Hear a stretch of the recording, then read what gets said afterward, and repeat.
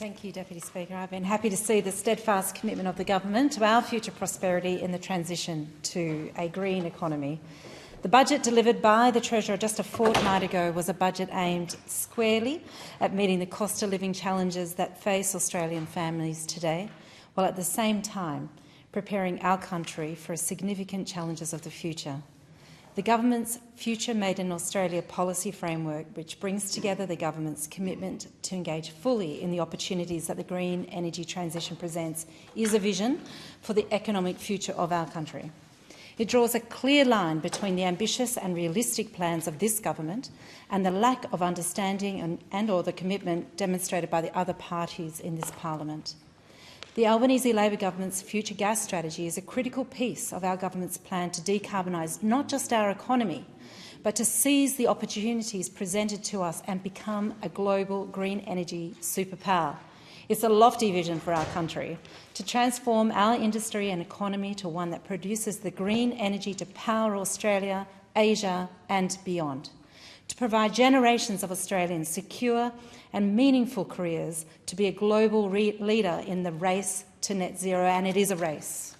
Not since the development of the iron ore industry or the opening up the North West Shelf industries that then became the engine of the Australian economy for so many decades have we needed the political leadership and vision we now have with the Prime Minister Albanese and the Cabinet.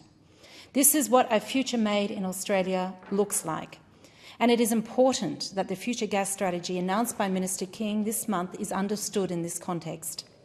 In the context of our ambitious plans to seize and harness these green energy opportunities, we must maintain reliable power for our homes and for our industries.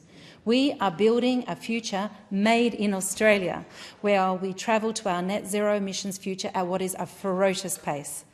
It's never an option to do nothing when faced with a crisis, and it was never an option to do nothing in the face of climate emergency. Nor is it an option to throw up our hands and leave the hard work of managing this orderly transition to those who do not have our country's best interests at heart. There's going to be an election in about a year from now. Australians who do understand that there's a climate emergency facing not just us, but the whole world will have choices to make. They won't be able to support the coalition, whose party rooms are themselves divided on the very question of climate change, so that they are unable to produce any coherent policy either around emissions or around our energy future. And if the voters drill down into the lazy criticisms by the Greens that the transitions need to be faster or down into their simplistic slogans about no new energy, then they'll soon find that the Greens' policies are just as unhelpful as those of the coalition. The Liberals and Nationals would have us fail to have an orderly transition by doing too little, too late. The Greens would have us fail by doing everything so badly that it would fall in a heap. Minister Bowen describes it well when he says we have a realistic and ambitious set of goals and we have the policies needed to get us there. Government is about hard work. Through the net zero ambition and its adoption across the globe, we can appreciate the urgency and the necessity of this transition and how the future gas strategy aligns with these goals. Net zero emissions have become a central focus, not just for the Albanese Labor government, but a great many developed economies around the world in the fight to reduce the prevalence of greenhouse gases in our atmosphere. The Paris Agreement in 2015 emphasised that the goal of limiting global warming to below 2 degrees and pursuing efforts to limit it to 1.5 degrees. Net zero is a crucial metric for assessing mitigation efforts and holding parties accountable. The strategy creates a roadmap for the gas sector to innovate and reduce its carbon footprint. This is not just a lofty goal, but a necessary step for Australia to take its place among the leaders in global environmental responsibility. For the first time ever, an Australian government has a strategy for gas. For the first time, we have a government who is willing to speak clearly to Australian people, to provide them with the data, the modelling, the information to understand both the role of gas in our current energy mix and the plan for winding its use down as new technologies such as green hydrogen take over. The strategy establishes the role gas will play in the transition to net zero by 2050. The need to secure affordable gas for Australia as we move to a renewable grid and confirming our commitment as a reliable trading partner. The coal is retiring, that is clear, and we are well on our way to being able to reach our target of 82% renewable energy by 2030. A difficult goal, an ambitious goal, but a realistic goal. We are ticking off more renewable energy than ever before. Minister Plibersek recently approved a new solar farm and battery storage system in Queensland. It will generate enough energy to power 300,000 Queensland homes, reducing greenhouse gas emissions by up to 1.4 million tonnes per annum, the equivalent of taking 450,000 passenger cars off the road for a year.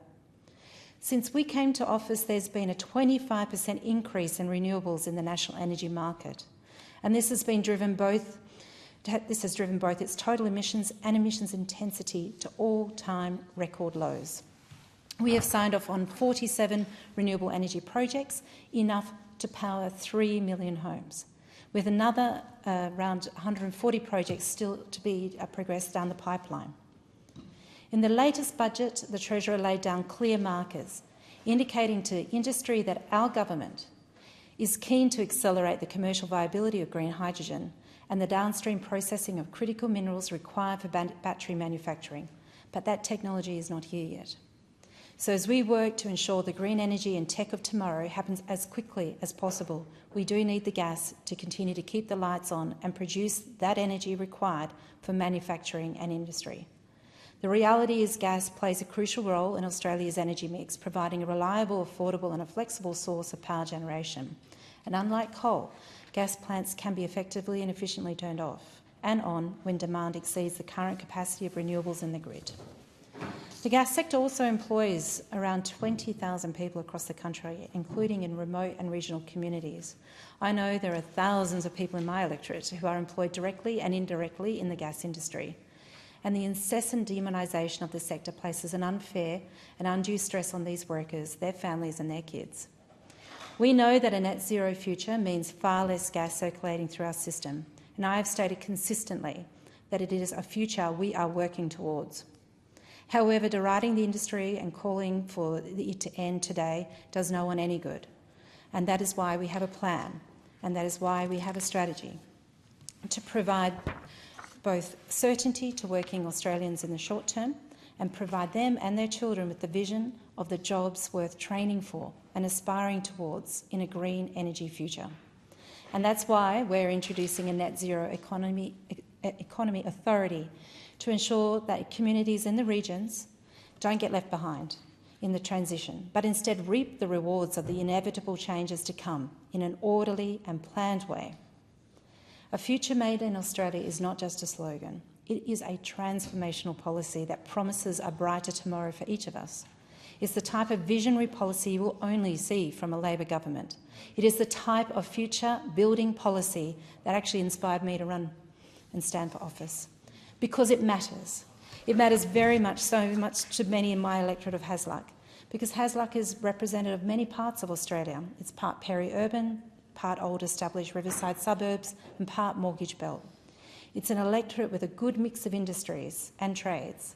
The workers and families of Hasluck appreciate the certainty that the government's policies bring in relation to energy security and an orderly transition for change. The 14,000 technicians and trade workers appreciate it. The 7,000 machinery operators and drivers appreciate it. And the 3,000-odd FIFO workers in Hasluck appreciate it. But it's also the tens of thousands of workers across the country and their generations who will also appreciate the vision that the Albanese Labor government has for this country.